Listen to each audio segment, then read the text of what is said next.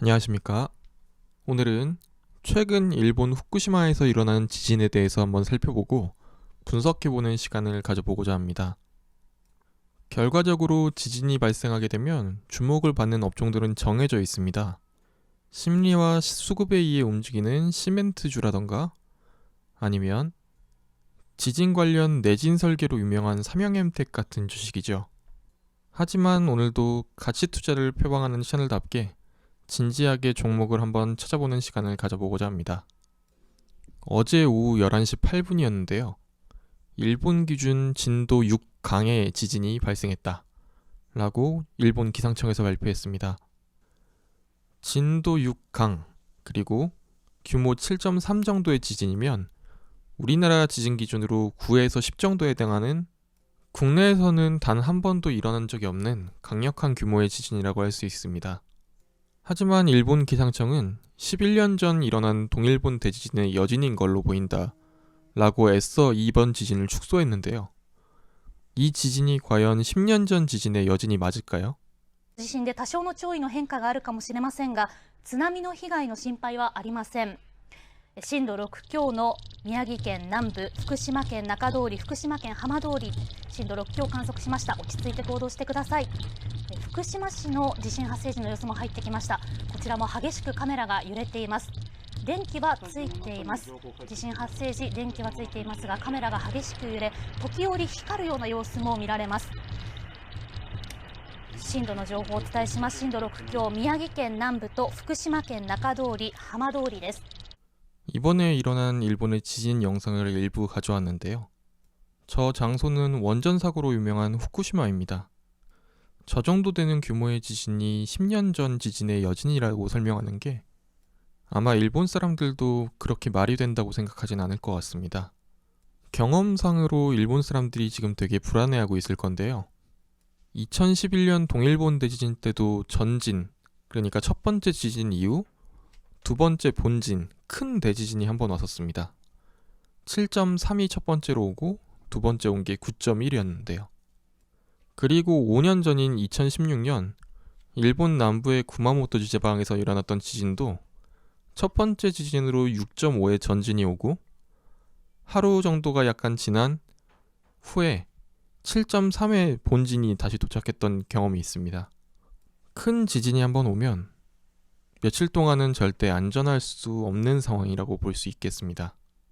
아까 동일본 대지진의 첫 번째 지진이 7.3이었다고 말씀드렸는데요. 이번 지진도 공교롭게 7.3입니다. 평소에 일본에서 잘 나타나지 않는 규모의 지진을 가릴 때 보통 진도 7을 기준으로 합니다.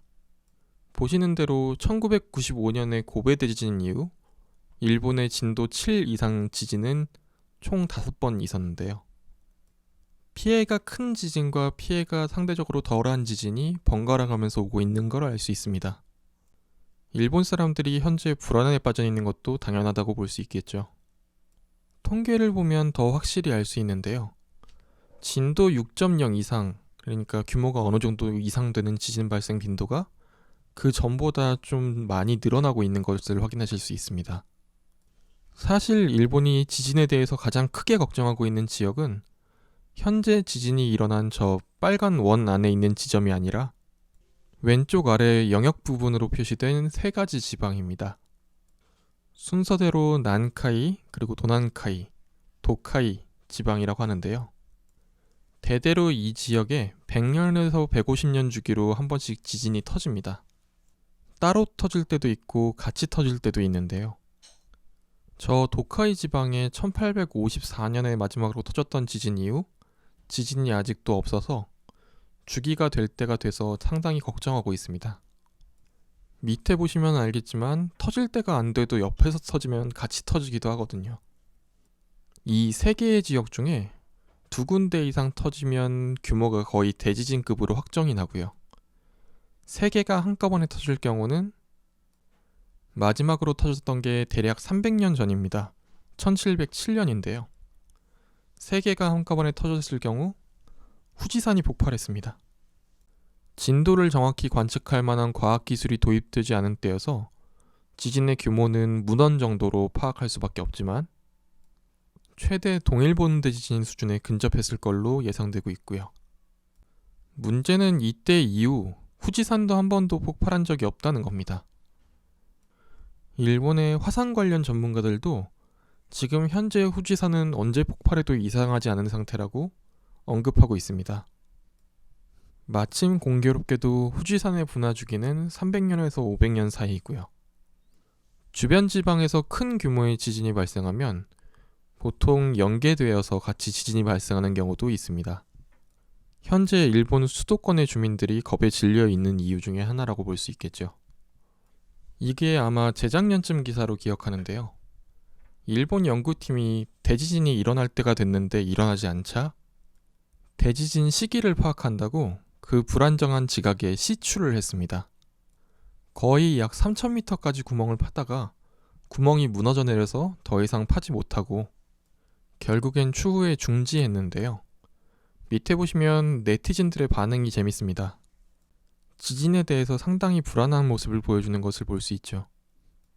저 도난카이 지방은 우리나라로 치면 수도권입니다. 일본의 거의 모든 공업시설과 산업시설, 그리고 수도들이 몰려있는 곳이죠. 그래서 지금 현재 150년 주기 대지진과 300년 주기의 후지산 분화가 겹쳐있다는 사실이 일본으로서는 상당히 곤혹스러울 겁니다. 매년 일본에서는 저 지진이 일어났을 경우에 피해 금액을 한번 산정해 보는데 금액이 너무 비현실적이라서 받아들여지지가 않습니다. 최근 기사는 약 1경 3천조 원 정도를 이야기하고 있네요. 일단 확실한 건 대규모 지진이 일어나면 엔화 강세가 일어나게 됩니다. 2011년에도 그랬고 2016년에도 그랬고요. 보통 단기로 대규모의 재앙이 발생하면 국내의 복구 자금이 필요하기 때문에 해외 자금을 긴급하게 회수하는 과정에서 자국 통화가 강세를 맞이하게 됩니다. 문제는 지진에 의한 피해에다가 환율 강세까지 일어나면 수출 관련 업계는 거의 괴멸적인 타격을 입는데요. 2011년과 2016년에는 대규모 부양 정책을 사용해서 이 큰 타격을 좀 헤쳐나가는 모습을 보여줬습니다만 이번에는 아베노믹스로 인해 추가적인 금융 완화책 사용이 가능할지도 한번 지켜봐야 할 것 같습니다. 더 이상 돈을 풀기 힘들 정도까지 현재 돈을 풀었다고 판단하고 있거든요. 저번에 올려드렸던 일본 관련 영상에서 일본 사람들의 그 임금이 올라도 가처분 소득이 늘어나지 않는다. 이게 대부분 공적인 보험료와 세금이 올라가지고 이런 현상이 일어나고 있다고 설명을 드렸었는데요. 현 시점 일본의 국세와 지방세 그리고 4대 보험을 합친 국민부담률이라는 수치는 44.6%에 육박하고 있습니다. 그리고 그 44.6%에 정부의 재정적자 관련된 수치를 합하면 한계치인 50% 가까이 되는 49.9%까지 이 수치는 육박하고 있는데요. 일본 정부에서는 이 이상 국민들에게 직접세를 거둘 수는 없다고 생각하고 있는 것 같습니다. 최근 그래서 일본은 부가가치세 인상 논의를 또 하고 있는데요. 현재 일본의 부가가치세는 10%에서 13%나 15%까지 이 부가가치세율을 인상할 수도 있다는 기사가 나오더라고요. 지금 이 시점에 일본 수도권에서 대규모의 큰 지진이 발생해서 경단위의 손실을 입게 된다면 예전처럼 이렇게 휴지 조각에 가까운 돈을 발행해야 하는 상황이 올 수도 있을 것 같고요. 아니면 이렇게 기존처럼 국민들이 가지고 있는 돈을 예금을 봉쇄해서 이 위기를 해결해 나갈 수밖에 없는 상황이 올 수도 있다고 생각합니다. 기존에 몇 번이나 전례가 있었던 행동이기 때문에 일본 사람들도 이에 대해서 충분히 대처하고 있을 거고요. 부자들은 이렇게 현금을 보유하거나 아니면 아예 현금도 못 믿어서 금과 같은 실물을 보유하고 있습니다. 다시 돌아가서 현재 지진이 발생한 지역에서 현재 발생한 규모의 정도보다 약간 더 큰 정도의 지진이 추가적으로 발생할 경우를 한번 산정해 보겠습니다. 2011년에도 그랬지만 현재도 저 지역에는 자동차 부품 업체들과 반도체 관련 업체들이 강점을 보여주고 있는 지역입니다. 그래서 저 지역의 지진이 크게 나면 일본의 자동차 산업이 상당한 영향을 받게 됩니다. 대표적인 반도체 업체로 일본의 르네사스사를 들 수 있는데요. 저 붉은색으로 밑줄 친 이바라키현 나카 공장이라는 곳은 2011년 동일본 대지진 당시 공장이 멈춰서 약 3달 동안 작업을 못했던 일이 있습니다. 현재 동부그룹의 DB하이텍 같은 기업이 팹리스 시장에서 수요가 부족해가지고 고통을 받고 있는데, 만약 이번에도 그 당시와 같이 반도체 업계 공장에 피해가 있다면 차량용 반도체 관련해서 상당한 주목을 받을 가능성이 큽니다. 지진이 저렇게 대규모로 발생할 시에 보통 영업 중지나 생산 재개까지 걸리는 시간이 짧게는 3개월, 긴 산업의 경우에는 1년까지 걸리기 때문에 일본과 경합하는 산업의 점유율 향상 가능성이 있습니다. 2011년에 LCD 관련이 그랬고, 2016년에는 우리나라 카메라 관련 이미지 센서 기업들이 상당한 수혜를 봤었습니다. 이 그림은 일본 내 주요 생산 거점 현황 중에서도 자동차 관련 업종의 생산 관련 현황을 가져온 건데요. 확대해보면 현재 지진이 발생한 동북지방, 그리고 만약에 도난카이 대지진이 발생할 시에 그 대지진 반경 안에 공장들이 대부분 존재합니다. 꼭 지금이 아니더라도 만약에 저 도난카이 대지진이 크게 발생할 시에 우리나라 자동차 산업의 미래가 상당히 변화할 수 있을 것으로 추정됩니다. 일본은 2011년에 일어난 동일본 대지진의 충격을 아직도 해소하고 있지 못한 상황입니다. 방사능과 같은 이유도 있지만 저 동북지방, 그러니까 2011년 동일본 대지진이 일어났던 지방의 GDP가 전체의 11%밖에 안 됐었는데도 저 정도 충격이었는데, 도난카이 지방, 저 관동 지방과 중부 지방을 아우르는 저 엄청난 공업 지역에 대지진이 발생했다고 가정할 시에 저 피해를 회복하는 데만 20-30년이 걸릴지도 모르는 대지진을 앞두고 있습니다.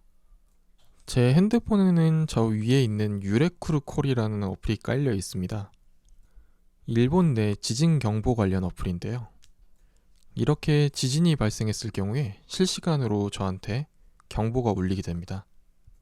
현재도 어제 저녁 발생한 지진의 여진이 제 핸드폰에서 계속 울리고 있네요. 당연히 비극은 없어야겠지만 그래도 다가올지 모르는 미래에 대해서 대비하는 습관은 어느 정도 남겨놓는 게 좋지 않을까 해서 이번 영상을 만들어 봤습니다. 앞으로 남은 명절 잘 마무리하시고 이번 주에도 성공 투자하시기 바라겠습니다. 감사합니다.